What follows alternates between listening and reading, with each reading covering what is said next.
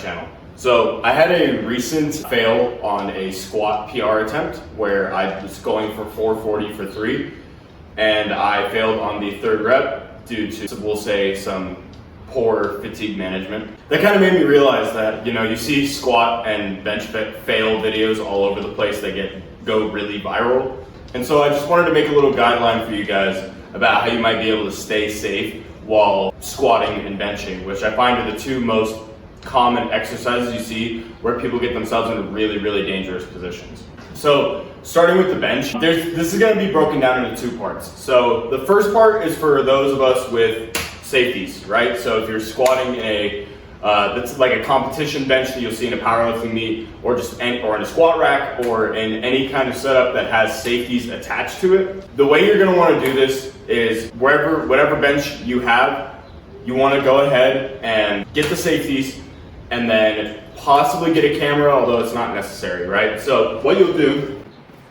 is you'll lay down, and what you want to do is you want to set the safeties up to where if you were to go completely flat back with 0 arch, it would be roughly in line or just below where your stomach ends, right? Or where the bar would be resting on your chest.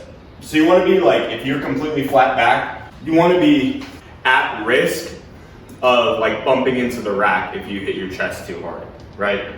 Because what's going to happen is you're going to get into an arch if you're benching correctly. That way you're completely safe from hitting the safeties whenever you're doing your normal bench. But in the event that you do fail, you'll be able to go flat back and then maybe roll it down onto your stomach, and it'll go right onto these safeties, right? And I'll demonstrate for you. Arch, you're doing your benches. Oh no, I failed this. So here I am, it's very barely floating off of this. So what I can do is roll it forward onto my stomach, and now it's a little uncomfortable, right? And then you can roll it forward, and if the weight's heavy enough, it'll compress your stomach, and you'll be able to slide right out from under it. Now, if your rack is set up the way mine is, I would actually recommend bumping this 1 notch up. It's just not something I've really run into. I haven't failed a bench in training in a long time. For those of you that might be training at a commercial gym where all the benches that you have access to do not have safeties, first of all, find a better gym, right? That's the simple answer. So there's going to be 2 answers, right? So if you're a heavier lifter or a bigger person, longer arms, that kind of thing, usually the bench has 2 notches, right? So you'll have the top, at least 2 hooks for you to put the bar into. You'll just have to play with it yourself. Most people that I see when they do fail can get the bar up high enough to get it into that first hook, and they're safe, right? But obviously that doesn't work in every case, because a lot of you guys aren't going to have proper attempt selection. You're going to try and bench way heavier than you can, and you're going to get into a situation where you're not able to get into the J hook. And the harsh reality, guys, is that even though no one wants to ask for a spotter, bench, particularly in a commercial gym, is the one time you always want to have a spotter, okay? Now, I do strongly recommend, right, let me hammer this home now, that you always have a spotter when doing bench press. That's just because even with the safety method that I just showed you, things can go wrong. Maybe the rack moves a little bit, you don't have the safeties quite set up like you normally do, whatever that might be. You should always, always, always have a spotter with you for safety. When you are in a commercial gym where you don't have the safeties, you have a death wish if you don't have a spotter. I mean, I'm sure we've all seen videos out there of people ending up with the bar on their neck, the bar bending their rib cage, whatever it might be, and then they have to basically do their best to shout for help and have someone come running across the gym. That's a lot more embarrassing than just having a spotter pull the weight off of you right away. Now, if you're really strong, and I would quantify really strong in a commercial gym sense as being lifting more than 315. So if you have more than like 300 pounds on the bar for your bench press, I would actually recommend getting 2 people to spot you, 1 on either side, right? 2 or 3, you can also have a back spotter. Because frankly, a lot of people who go to a commercial gym can't genuinely deadlift 315 pounds. So you want to save them, right, from hurting themselves, and save yourself from possible serious injury or even death. Make sure that you have either 1 really big, strong person or multiple not as strong people. Now for the infamous squat tutorial on how to save yourself. Now with the bench, not all benches come with safeties, right? But every squat rack you should ever touch should have safeties. If it doesn't have safeties, find a different squat rack, bottom line, okay?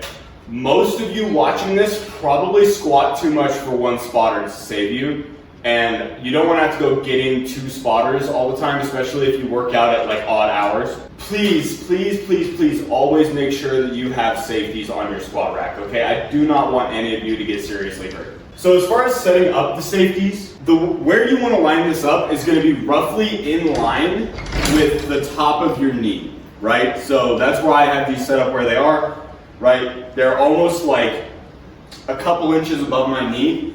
Now, if you're a power lifter and you're squatting all the way to depth, that should be just about perfect height, because most of you, in the event that you have to bail a squat, will be able to just roll it right down your back with no concern of you're gonna hit your lower back. Now, if you have it lower than that, what may happen is that if the safeties are too low and you dump it off your back, it may roll off of your traps and your delts and run into your lower back or your butt, and that can be pretty injurious. So please have those up. Now, if you're an Olympic weightlifter, right, and you're squatting like literally all the way ass to grass, like hamstrings fully on your calves, you should still have these pretty high. For the Olympic weightlifter, it shouldn't be that much lower, and the reason why is that if you're squatting properly in Olympic weightlifting, your chest is going to be very, very high relative to your hips. So actually dumping the bar off of your back shouldn't be as big of a difference of distance as you would think for how much lower your butt goes compared to your knees.